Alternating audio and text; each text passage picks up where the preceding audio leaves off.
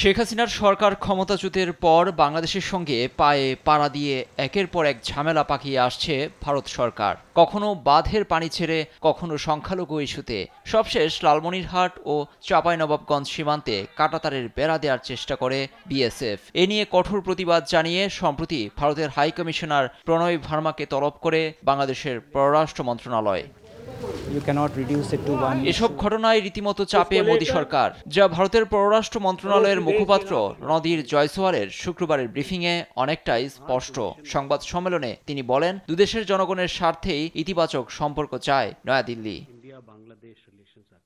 বাংলাদেশ ভারত সম্পর্কের ক্ষেত্রে আমাদের অবস্থান একাধিকবার স্পষ্ট করা হয়েছে।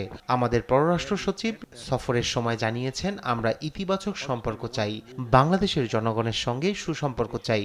বাংলাদেশ ভারত সম্পর্ক দুই দেশের জন্যই ভালো হোক।